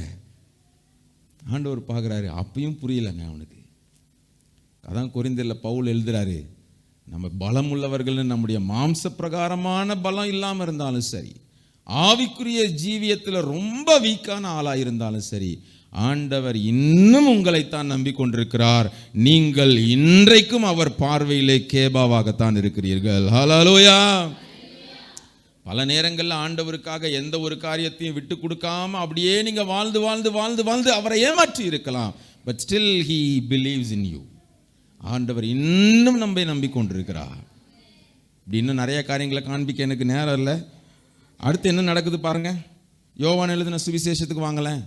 18ஆம் அதிகாரத்தில் 10வது 11வது வசனத்தில் இப்போ ஆண்டவர் கெத்செமனே தோட்டத்தில் ஜெபித்து முடிச்சுட்டு வெளியே வர்றார். அப்போ என்ன நடக்குது பாருங்க. யோவான் 10ஆம் அதிகாரமா? யோவான் 18ஆம் அதிகாரம் 10-11. 18வது அதிகாரம். அப்பொழுது சீமோன் பேதுரு தன்னிடத்தில் இருந்த பட்டயத்தை உருவி பிரதான ஆசாரியனுடைய வேலைக்காரனை வலது காதர வெட்டினான். போதும் போதும் போதும். ஆண்டவருக்கு காதை வெட்டுறவெல்லாம் தேவையில்லை, கால்களை முடக்குகிறவர்கள் தான் ஆண்டவருக்கு தேவை. ஹல்லேலூயா. இந்த பேதுரு எப்பவுமே அவர் மாம்சத்தில் கிரியை செய்வார். அவனுக்கு கடைசி வரைக்கும் புரியல, நாம் ஒரு ஆவிக்குரிய யுத்தத்தில் இருக்கிறோம், பேதுருக்கு ஆண்டவருக்கு ஆண்டவருடைய ராஜ்யத்தை கட்டுவதற்கு, அவருடைய ராஜ்யம் ஸ்தாபிக்கப்படுவதற்கு மூளை கல்லாக செயல்படுவதற்கு தன்னுடைய மாம்சத்திலே கிரியை செய்கிற காதை வெட்டுகிறவர்கள் அல்ல, கொஞ்சமாவது தன்னுடைய கால்களை முடக்குகிறவர்கள் தான் ஆண்டவருக்கு தேவை. அதை சொல்றாரு, எப்பா பட்டயத்தை உள்ள போடு, இதுக்காகவா நான் உன்னைய கூப்பிட்டேன்? ஏன்ட்ட இல்லாத பட்டயமா? நான் வேண்டிக் கொண்டால் ஆயிரக்கணக்கான தூதர்களை கொண்டு வந்து இறக்குவதற்கு எனக்கு பிதாங்க ஆயத்தமாக இருக்கிறார், நீ என்ன பண்ணிக்கிட்டு இருக்கிறேன்னு ஆண்டவர் கேட்கிறாரு. இப்போ யோசிச்சு பாருங்க அவனுடைய நிலைமை எப்படி இருந்திருக்குன்னு. பல நேரத்தில் நம்மளும் இப்படி செஞ்சிருவோம். ஆண்டவர் நம்மள்கிட்ட எதிர்பார்க்கறது ரொம்ப சிம்பிளான காரியம்தான், ஆனால் நம்ம ரொம்ப எக்ஸ்ட்ராடினரி காரியம்லாம் செய்வோம். இந்த மோசையை பற்றி தம்பி ஒருத்தர் நடித்தார்ல, மோசை என்ன பண்ணார்? 40 வருஷம் நல்ல எகிப்திய நாகரிகம் தான் அன்னைக்கு ரொம்ப பெருசு. வசனம் சொல்லுது, எகிப்திய நாகரிகத்தில் படித்தவன் வாக்கிலும் செய்கையிலும் வல்லவனாக இருந்தானா. வெளியே வந்த உடனே போட்டு தள்ளுற வேலை தான் அவருக்கு. 2 பேரை போட்டு தள்ளியாச்சு. போட்டு தள்ளின உடனே சண்டை போட்டு அங்கே கொலை நடந்த உடனே அவன் நினைச்சான், நான் பயங்கரமாக படித்து தேறிட்டேன். அந்த வைராக்கியம் உண்மைதான். எபிரேயர்லாம் வாசிக்கிறோம், அவன் எகிப்தின் மேன்மையை வெறுத்து தான் வர்றான். என்ன ஆனாலும் பரவாயில்ல, என் ஜனத்தை விடுவிக்கணும்னு அந்த இன்டென்ஷன் கரெக்டு தான். ஆனால் ஆண்டவர் அதுக்காக மோசே நான் உன்னை தெரிந்தெடுக்கலப்பா, பட்டயத்தால் காரியத்தை செய்யணும்னா என்னால் அதை செய்ய முடியும், ஆனால் நீ இந்த ஆட்டிடியூடோட உன்னை வச்சு நான் என்ன பண்ண முடியாது, ஒன்றும் பண்ண முடியாது. வா 40 வருஷம் வனாந்திரத்துக்கு வா, மேய் ஆட்ட மேய். 40 வருஷம் கழித்து வந்து ஆண்டவர் கூப்பிடும்போது சொல்கிறாரு, ஐயா வாப்பா வாக்கிலும் செய்களும் வல்லவனான மோசேயே வான்னு சொல்லும்போது மோசே என்ன சொல்கிறாரு? எகிப்திய லாங்குவேஜில் பேசினாரா? நான் பேச அறியேன், திக்குவாயி, மந்தனாவு, எனக்கு ஒன்றும் தெரியாது. ஒன்றும் தெரியாதுன்ற நிலைமைக்கு வர்றதுக்கு 40 வருஷம் ஆயிருக்கு. ஆண்டவர் எனக்கு எல்லாம் தெரியும், என்னால் முடியும்னு நினைக்கிற வரைக்கும் ஒன்றும் செய்ய முடியாது. என்றைக்கு என்னுடைய பலத்தினால் அல்ல, உம்முடைய ஆவியினாலே எல்லாம் ஆகும் என்று ஒரு தேவ பிள்ளை விட்டு கொடுக்கிறதோ அன்றைக்கே ஆண்டவர் எடுத்து பயன்படுத்த முடியும். ஹல்லேலூயா. காரியங்கள் வித்தியாசமாக மாறிடுச்சு. பார்க்குறாரு, அவன் நினைக்கிறான் நான் ஆண்டவருக்காக தானே காதை வெட்டினேன்னு சொல்லி, ஆண்டவர் அதே காதை எடுத்து ஒட்ட வச்சுட்டு போயிட்டு வாப்பான்னு அனுப்பி விட்டார். பேதுருக்கு பயங்கர டென்ஷனாக இருந்திருக்குல்ல, நான் வெட்டுறேன் இவர் ஒட்டுறாரு, இதற்காகவா இவரை பின்பற்றினோம் அப்படின்ட்டு. அவன் காதை காமிச்சிட்டு போயிருப்பான். நீ வெட்டினியா பார்த்தேடா, புது காதுடா அவனுக்கு, ஏற்கனவே இருந்த காது கூட கேட்காம இருந்திருக்குன்னு நினைக்கிறேன். ஒட்டினதுக்கப்புறம் அவனுக்கு நல்லா கேட்டிருக்கும் அவனுக்கு. இப்போ எவ்வளோ டென்ஷன் ஆகிருக்குன்னு பாருங்கள். ஆண்டவர் இப்படிப்பட்ட மனுஷனையா ஆண்டவர் கேபான்னு சொன்னார், இப்படிப்பட்ட மனுஷனையா ஆண்டவர் கற்பாரன்னு சொன்னார். தகுதியே இல்லை தானே. ஆண்டவர் தகுதி இல்லாதவர்களைத்தான் தகுதிப்படுத்துகிறார். ஹல்லேலூயா. ஆமாம், இன்னும் எனக்கு சொல்கிறதுக்கு ஒரு 6-7 காரியம் இருக்குது. அவ்வளோலாம் நான் சொல்ல போல முடிச்சிடுறேன் ஒரு 5-10 மினிட்ஸில். அடுத்து என்ன நடக்குது? ஆண்டவர்கிட்ட போய் சொல்கிறான், யாரும் உம்மை விட்டு போனாலும் நான் என்ன செய்ய மாட்டேன், உம்மை மறுதளிக்க மாட்டேன் அப்படின்னு வீராவேசமாக பேசினால் கடைசியில் என்ன செஞ்சாருன்னு உங்கள் எல்லாருக்கும் தெரியும். மத்தேயு 26 அதிகாரத்தில் 69 75 வரைக்கும் நீங்கள் வீட்டில் போய் வாசிச்சுக்கோங்க. ஒரு லேடி, ஒரு வீட்டில் வேலை செய்கிற அம்மா, தண்ணி பிடிக்க வந்த அம்மா அவர்கிட்ட பார்த்து என்ன கேட்குறாங்க, நீரும் அவர்களில் ஒருத்தன் தானே அப்படின்னு கேட்கும்போது அவர் என்ன சொன்னார்? அப்படியே நீங்கள் அந்த சம்பவத்தெல்லாம் வாசிச்சிங்கன்னா, நான் அவரை அறியேன்னு கூட கிடையாது. என்னது? அவனை அறியேன். சிங்குலர் ஆயிட்டார். சபிக்கவும் சத்தியம் பண்ணவும் தொடங்கினான். மாம்சத்தில் ஆவுன்னு நம்ம பேசினோம்னா எல்லாருக்கும் முன்னாடி நம்மளே தேவனுடைய சாட்சியை இழந்து போவோம். எல்லாரும் ரொம்ப கவனமாக இருக்கணும். பேதுருவுக்கு அன்றைக்கு அது விளங்கலை. நாம் தெரிந்தெடுக்கப்பட்டிருப்பது ஒரு மாம்ச பிரகாரமான நோக்கத்திற்கு அல்ல, ஒரு ஆவிக்குரிய வேலைக்காக நாம் தெரிந்தெடுக்கப்பட்டிருக்கிறோம் என்கிறதை அன்றைக்கு பேதுரு அறிந்து கொள்ளவில்லை. பின் நாட்கள் அது புரிஞ்சிச்சு அவனுக்கு. ஆனால் யோசிச்சு பாருங்க, ஒரு புறஜாதி மக்களுக்கு முன்னாடி எந்த அளவிற்கு தன்னுடைய சாட்சியை இழந்து போனான் பார்த்தீங்களா? இன்றைக்கு பல உதாரணங்களை நான் காமிக்க முடியும், ஆவிக்குரிய வட்டாரத்திலே காண்பிக்க முடியும். எந்த அளவிற்கு நம்முடைய சாட்சியை இழந்து போய் வாயினால நம்ம மறுதளிக்கல. பவுல் தீமோத்தேயுக்கெல்லாம் எழுதும்போது எழுதுறாரு, அவங்க தங்க கிரியைகளினாலே அவர் என்ன செஞ்சாங்களாம், மறுதளித்தார்களாம். பல நேரங்களில் தேவ பிள்ளைகளாகிய நம்முடைய கிரியைகள் ஆண்டவரை மறுதலித்துக் கொண்டிருக்கிறோம். சமுதாயத்தில், சபைக்குள்ள, தேவ பிள்ளைகளுக்குள்ள, நமக்குள்ள ஒரு சாட்சி இல்லைன்னா அதே பாவம் உலகத்திலையும் வரும். நம்ம எப்படி உலகத்தில் போய் இது பாவம்னு சொல்ல முடியும்? ஏன்னா நமக்குள்ளே அது இருக்குதே.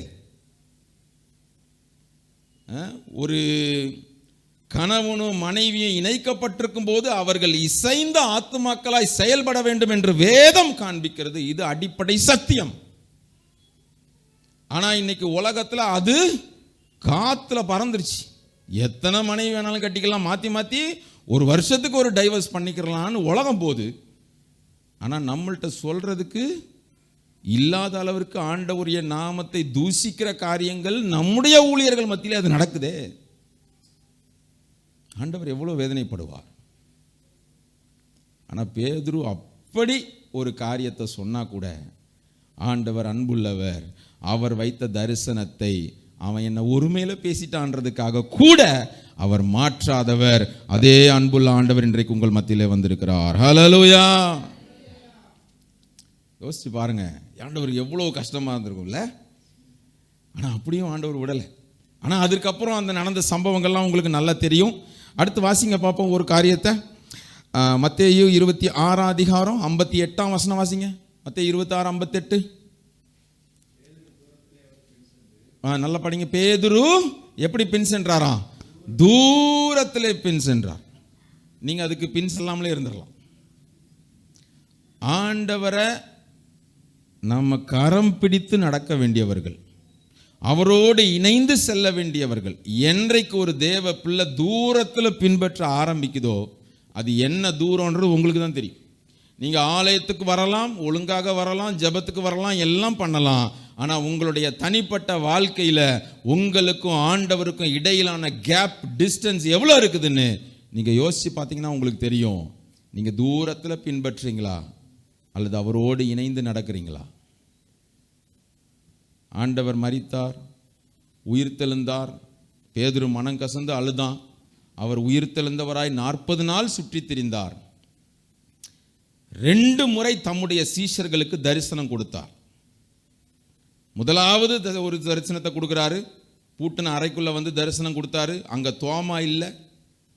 அதனால வந்துட்டு போனதுக்கப்புறம் அவங்க சொல்றாங்க தோமா சொல்றாரு நான் நம்ப மாட்டேங்கிறாரு. அதனால இன்னொரு தடவை வந்து தரிசனம் கொடுக்குறாரு ஒரு மனுஷனுக்காக. அப்பயும் அந்த கூட்டத்தில் பேதுரு பார்க்குறான். 2 தரிசனம் ஆண்டவர் கொடுத்துட்டாரு. திரும்பவும் தன்னுடைய வார்த்தைகளை அவர் உறுதிப்படுத்திட்டாரு. அப்புறம் என்ன பண்றான் பாருங்க. யோவான் எழுதின சுவிசேஷம் 21 வாங்க. 3 வாசிங்க பார்ப்போம். யோவான் 21 3 சீமோன் பேதுரு மற்றவர்களை நோக்கி மீன் பிடிக்க போகிறேன் என்றான். அதற்கு அவர்கள் நாங்களும் உடனே கூட வருகிறோம் என்றார்கள்.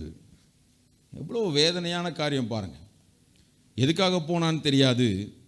அங்க மேல 2 போட்டிருக்கு 6 பேர் அங்க இருந்தாங்க. அதுல தோமாவும் இருக்கிறாரு, செபதேயின் குமாரனாகிய யோவானும் யாக்கோபும் இருக்கிறாங்க. இப்படி 6 பேர் இருக்கிறாங்க. அந்த 6 பேரையும் கூட்டிட்டு எங்க போயாச்சு? பழையபடி மீன் பிடிக்கவே போயாச்சு. ஆண்டவர் இதே பேதுருவை தான் உன்னை மனுஷனை பிடிக்கிறவன் ஆக்குவேன் வான்னு கூட்டிட்டு போனாரு. இன்றைக்கு அதே பேதுரு, எந்த பேதுருவை ஆண்டவர் கற்பாரை என்று நம்பி இருந்தாரோ அதே பேதுரு இன்றைக்கு எங்க போய் நிற்கிறான்? பழையபடி பழைய வாழ்க்கைக்கு திரும்பினது மட்டும் இல்லாம தன்னோடு சேர்ந்து இன்னொரு 6 பேரையும் கூட்டிட்டு போய் நிற்கிறான். இதுதான் இன்றைக்குரிய மாடர்ன் கிறிஸ்டியானிட்டியோட நிலைமை. ஏன் நான் அதை சொல்றேன்னா, அந்த வசனத்தின் பிற்பகுதி சொல்லுகிறது, நாங்களும் வருகிறோம் என்றார்கள். அவர்கள் புறப்பட்டு போய் படவேறினார்கள். அந்த ராத்திரியிலே அவர்கள் ஒன்றும் பிடிக்கவில்லை. அப்ப அவங்க ஒன்றும் பிடிக்காத போது நல்லா யோசிச்சு பாருங்க, பேதுருக்கு என்ன ஞாபகம் வந்திருக்கணும்? லூக்கா 5 இயேசு என்னை ஊழியத்துக்கு அழைக்கும் போது அன்னைக்கும் ராத்திரி நான் வலையை தான் போட்டேன், அன்னைக்கு நான் ஒன்றும் பிடிக்காம தான் இருந்தேன், ஆனால் அதே காரியம் இப்போ ஒன்று நடக்குதே அப்படிங்கிற உணர்வு நம்மளாக இருந்தால் வந்திருக்கும். ஆனால் பேதுருக்கு வரலை. அப்படிப்பட்ட மனுஷனை பார்த்தா ஆண்டவர் கற்பாரன்னு சொன்னாரு. அப்படிப்பட்ட மனிதனை பார்த்தா ஆண்டவர் உன்னை கொண்டு பெரிய தரிசனம் வச்சிருக்கிறேன்னு சொன்னாரு. இங்க இருக்கிற வந்திருக்கிற உங்கள் ஒவ்வொருவரை பார்த்தும் ஆண்டவர் சொல்லுகிறார், ஒருவேளை நீங்க அந்த அளவிற்கு பேதுரு அளவிற்கு உணர்வில்லாதவர்களா இல்லாது இருந்திருக்கலாம், சிறு சிறு குறைகள் இருந்திருக்கலாம், என்னை கொண்டா ஆண்டவர் பயன்படுத்துவார் என்கிற கேள்வியோடு நீ வாழ்ந்து கொண்டிருந்திருக்கலாம், பல நேரங்களிலே நீ விழுந்து விழுந்து ஆண்டவரை துக்கப்படுத்தி இருக்கலாம். பட் ஸ்டில் இன்றைக்கும் அதே அன்புள்ள ஆண்டவர், அதே இரக்கமுள்ள ஆண்டவர் தன்னுடைய தரிசனத்தை அழித்துவிட விரும்பவில்லை. உன்னை கொண்டு வைத்திருக்கிற தரிசனத்தை உன்னை கொண்டுதான் அவர் நிறைவேற்ற விரும்புகிறார். ஹல்லேலூயா. அந்த உணர்வே வரல. என்ன செய்ய போகிறார்? பேதுருவே ஏன் இப்படி இருக்கிற அப்படின்னு ஆண்டவர் வேதனைப்பட்டிருப்பார். அங்கே சொல்லப்பட்டிருக்கிற வசனங்கள்லாம் ரொம்ப நல்லா இருக்குது. ராம் முழுதும் ஒன்றும் நடக்கலையா, ஆனால் ஆண்டவர் என்ன செய்கிறாராம், அன்னைக்கு கரையில் திரும்பி நிற்கிறார். நின்று என்ன சொல்கிறாரு, பிள்ளைகளே நானாக இருந்தால் என்னன்னு கூப்பிட்டுருப்பேன், அட படுபாவிகளா, உங்களுக்காக நான் மரித்து உயிர்த்தெழுந்து 2 தடவை தரிசனம் கொடுத்து நிற்கிறேன், இப்படியாடா இருப்பீங்கன்னு சொல்லி நம்ம என்ன கண்ண பண்ணுவோம், கண்ணாமண்ணு திட்டுவோம். ஆனால் அந்த நேரத்தில் ஆண்டவர் அவருடைய சுப்ரீம் லவ்வில் என்னன்னு கூப்பிட்றாரு, பிள்ளைகளேன்னு கூப்பிட்றாரு. இவ்வளோ அன்புள்ள ஆண்டவர் பார்த்தீங்களா, பிள்ளைகளேன்னு கூப்பிட்டு கேட்குறாரு, புசிக்கிறதுக்கு உங்களிடத்துல ஏதாகிலும் உண்டா? அப்போ கூட தெரியல. ஏன்னா 5 அப்பம் 2 மீனை கொண்டு எத்தனையோ ஆயிரங்களை போஷித்ததை பார்த்த இந்த சீஷர் கூட்டம் சாப்பிட்றதுக்கு ஏதாவது இருக்குதான்னு கேட்டாலாவது ஞாபகம் வருமான்னு ஆண்டவர் பார்க்குறாரு. அப்பயும் வரல. அப்படிப்பட்ட தரிசனம் செத்து போன ஒரு கூட்டத்தை கூட ஆண்டவர் விட்டுவிட விரும்பவில்லை. எப்படியாவது மீண்டும் தனக்கு பயனுள்ளவர்களாக மாற்ற வேண்டும் என்பதிலே ஆண்டவர் கண்ணும் கருத்துமாக இருக்கிறார். ஏன்னா பேதுருவே உனக்கு தெரியல, எத்தனையோ ஜனக்கூட்டம் இன்னும் அழிந்து கொண்டிருக்கிறது, எத்தனையோ ஜனக்கூட்டம் சமாதானம் இல்லாமல், சந்தோஷம் இல்லாமல், நான் தருகிற ஆசீர்வாதம் இல்லாமல் வாழ்ந்து கொண்டிருக்கிற ஒரு ஜனக்கூட்டம் உன்னை நம்பித்தான் இருக்கிறது என்பது உனக்கு தெரியல. பீகார் போனீங்கன்னா அங்கே நட்டுன்னு ஒரு கம்யூனிட்டி இருக்கு, சரியா? பீகாரில் நட்டுன்னு ஒரு கம்யூனிட்டி இருக்கு, 100க்கும் அதிகமான கிராமங்கள் இருக்கிறது. அந்த கம்யூனிட்டியில் குடும்பம் என்கிற ஒரு அமைப்பே கிடையாது. கணவன் மனைவி பிள்ளை அக்கா தங்கை அந்த அமைப்பே கிடையாது. யார் வேண்டுமானாலும் யாரோடு வேண்டுமானாலும் இருப்பார். அப்படி ஒரு அமைப்பு. 15 தலைமுறைகளாக அங்க திருமணம் என்கிற ஒன்றே நடந்தது கிடையாது. அவர்களுடைய குல தொழில் விபச்சாரம், பெண்களை திருமண வீடுகளிலே, பெரிய பெரிய திருமண வீடுகளிலே டான்ஸ் ஆட வைப்பது. ஒரு பெண் பிள்ளைக்கு 7, 8, 9 வயது ஆன உடனேயே அவர்களுக்கு இன்ஜெக்ஷன் போட்டு அவர்களை சீக்கிரம் அந்த அடோலன்ஸ் ஏஜ் அட்டன் பண்ண வைக்கிறதுக்கான மருந்துகளை கொடுத்து விடுவார்கள். சிறு பிராயத்திலே அவர்களுக்கு போதை பழக்கத்தை உண்டாக்கி ப்ளூ ஃபிலிம் பார்க்க வைத்து அவங்க மைண்டை கரெக்ட் பண்ணிடுவாங்க. அந்த சிறு பிள்ளைகளை கல்கட்டாவிலும் பாம்பேயிலும் விபச்சாரத்தில் விற்று விடுகிற ஒரு கம்யூனிட்டி அது. இந்த கம்யூனிட்டியை என்ன பண்ணுறதுன்னு சொல்லி பல வருடங்களுக்கு முன்னர் அகஸ்ட் ஜெபகுமார் அண்ணனுக்கு ஒரு பெரிய பாரம். எப்படி அங்கே போய் ஊழியம் செய்ய முடியும்? ஆண்கள் போனால் விபச்சாரத்துக்கு வந்திருக்கிறான்னு நினைப்பாங்க, பெண்கள் போனால் அதை விட கொடுமை. ஆனால் அப்படிப்பட்ட இடத்துலையும் ஜனங்கள் இருக்கிறார்களே என்று சொல்லி ஒரு சில மிஷினரிகளுக்கு ஆண்டவர் அந்த தரிசனத்தை கொடுத்தபடியினால் அந்த பகுதியில் ஊழியம் செய்ய சில மிஷினரிகள் முன் வந்தார்கள். அப்படிப்பட்ட பிள்ளைகளுக்கு முதல்ல நம்ம என்ன பண்ணலாம், அந்த பெரியவங்களை ஒன்றும் செய்ய முடியாது, அந்த பிள்ளைங்களை கொண்டு நம்ம படிப்பு சொல்லி தரலாம் என்று சொல்லி ஒரு சின்ன காரியத்தை ஆரம்பித்து டே கேர் சென்டர்ஸ் என்று சொல்லி காலையில் அந்த சிறு பிள்ளைகள் எல்லாம் வந்துடுவாங்க. அவங்களுக்கு 3 நேரம் சாப்பாடு கொடுத்து, அவங்களுக்கு படிப்பு சொல்லி கொடுத்து, அவங்களுக்கு வசனத்தையும் போதித்து, அப்படி பல பிள்ளைகளை உருவாக்க ஆண்டவர் உதவி செய்தார். அப்படிப்பட்ட திருமணமே நடைபெறாத 15 தலைமுறையாக இருந்த அந்த குடும்பத்தில், அந்த கூட்டத்தில் முதல் திருமணம் ஒரு 2-3 வருடங்களுக்கு முன்னதாக அகஸ்ட் ஜெபகுமாரன் ஃபர்ஸ்ட் கல்யாணத்தை நடத்தி வைத்தார்கள். இன்றைக்கு அந்த கம்யூனிட்டியில் இருந்து படித்து வந்தவர்கள், அஞ்சலி குமாரின்னு ஒரு பொண்ணு, நான் அந்த சமஸ்திபூருங்கிற ஒரு இடத்துல போயிருந்தப்போ ஒரு யூத் மீட்டிங் நடத்திட்டு இருந்தேன். அதில் ஒரு பெண், ஒரு இந்தி பெண்ணு தான் வர்ஷிப் நடத்தினான். அந்த பெண் விபச்சாரத்திலே 7 வயதிலே கல்கட்டாவிலே விற்கப்பட்ட அந்த கம்யூனிட்டியில் இருந்த பெண். அந்த பெண்ணை எடுத்து வசனத்தை காண்பித்து போதித்து படிக்க வைத்து இன்றைக்கு அவள் அந்த சர்வே டிபார்ட்மெண்ட்ல ஒரு ஆபீசராக வேலை செய்து கொண்டிருக்கிறாள். அந்த அளவிற்கு ஆண்டவர் காரியங்களை செய்து கொண்டிருக்கிறார் இன்றைக்கு. ஏன் நான் அதை சொல்லுகிறேன்? பல பேதுரு போன்றவர்கள் தரிசனத்தை இழந்தவர்களாய், ஆண்டவர் தன்னை எதற்காக தெரிந்தெடுத்தார், பிரித்தெடுத்தார், இப்படிப்பட்ட பல காரியங்கள் இருக்கிறது என்பதை அறியாதவர்களாய் சும்மா வலைய போட்டுக்கிட்டு இருக்கிறோம். என்ன செய்யலையாம்? ஒன்றும் பிடிக்கலையாம். இப்போ ஆண்டவர் இன்றைக்கு காண்பிக்கிற காரியம் என்ன தெரியுமா? அப்படிப்பட்ட பேதுருவை கூட ஆண்டவர் விட்டுவிட மனம் அவருக்கு வரல. ஆண்டவர் பார்க்குறாரு. அங்கே வசனம் போட்டிருக்கு 21 அதிகாரத்தில் ஒரு வசனம், 8ஆம் வசனத்தில், மற்ற சீஷர்கள் கரைக்கு ஏறக்குறைய 200 முழ தூரத்தில் இருந்தபடியால் படவில் இருந்து கொண்டே மீன்கள் உள்ள வலையை இழுத்து கொண்டு வந்தார்கள். 7ஆம் வசனத்தின் பிற்பகுதியில் போட்டிருக்கு, சீமோன் பேதுரு தான் வஸ்திரம் இல்லாதவனாய் இருந்தபடியினால் தன் மேற்சட்டையை கட்டிக்கொண்டு கடல்ல குதித்தானாம். அது வஸ்திரம் இல்லாதவன் போட்டிருக்கு, நம்ம நேக்கட் நினைச்சிக்க கூடாது. அது என்ன ஆக்சுவல் டிரான்ஸ்லேஷன்னா, முற்றிலும் ஒரு மீனவனுடைய ட்ரெஸ்ஸுக்கு அவர் மாறிட்டார். ரோபுகிபெல்லாம் கலட்டிட்டு மீண்டும் பழையபடி பக்காவா ஒரு ப்ரொஃபஷனல் ஃபிஷர்மேனோட ட்ரெஸ்ஸுக்கு மாறிட்டார். ஆனால் மற்றவங்களாவது அட்லீஸ்ட் போட்ட ட்ரெஸ்ஸை மாற்றாமல் இருக்கிறாங்க. தேவன் தந்திருந்த மேலான வஸ்திரத்தை கலட்டி வச்சிட்டு இருக்கிறான்.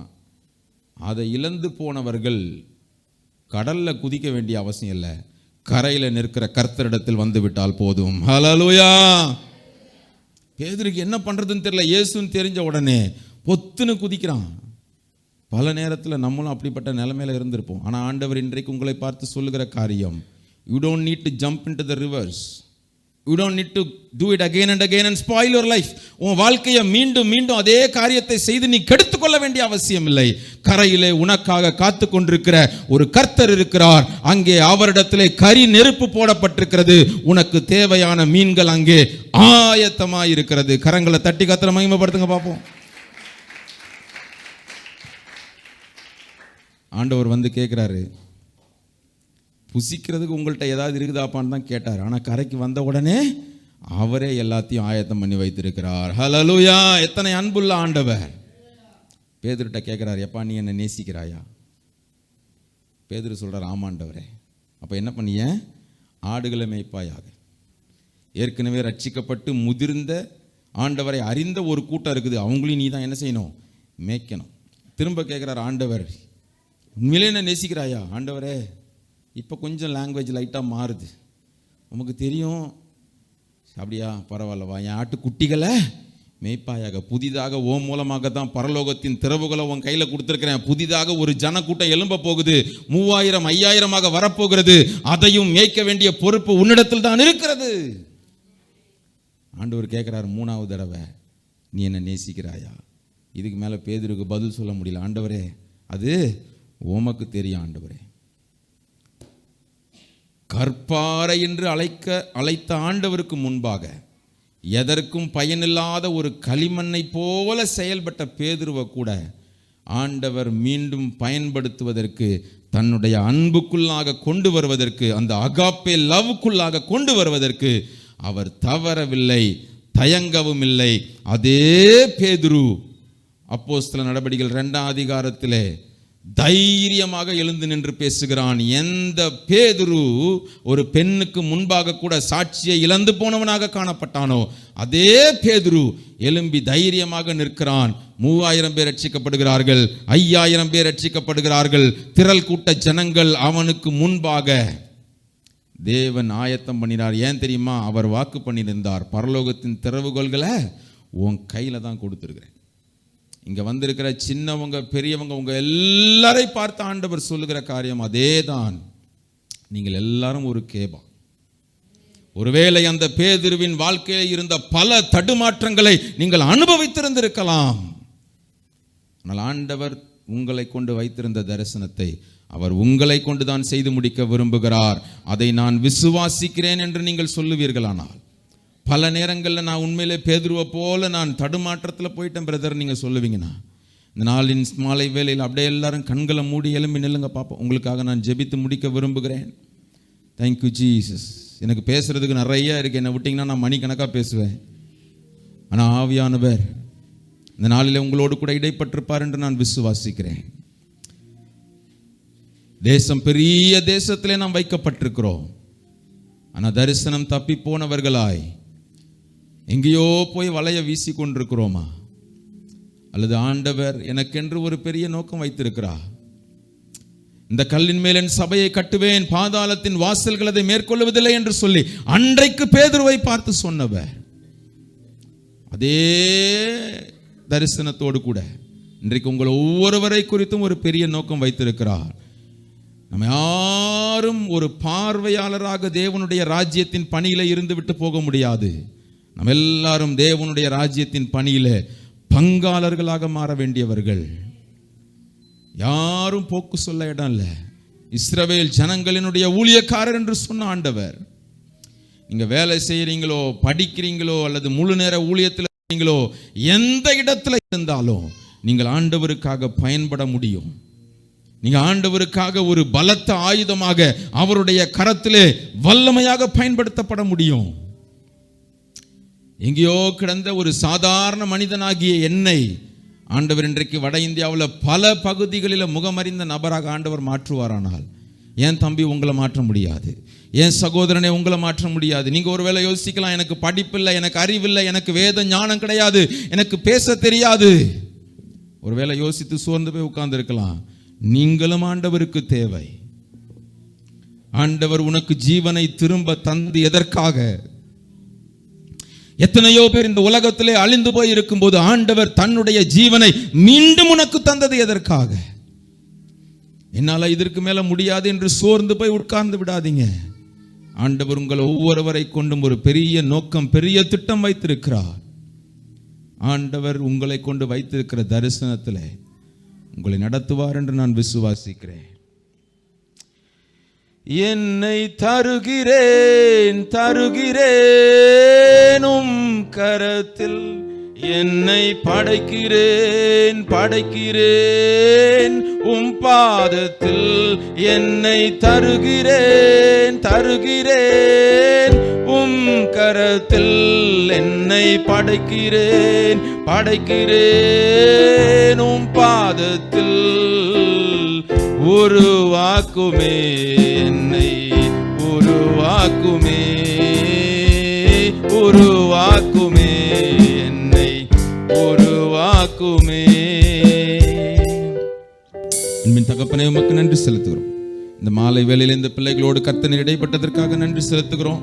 ஆண்டவரே, மிஷனை குறித்து ஒரு தரிசனத்தோடு கூட இந்த பிள்ளைகள் வாஞ்சையோடு கூட ஆயத்தப்படுத்தின இந்த கூட்டத்தில் கர்த்தாவே வந்த பிள்ளைகளுக்காக ஜெபிக்கிறோம்.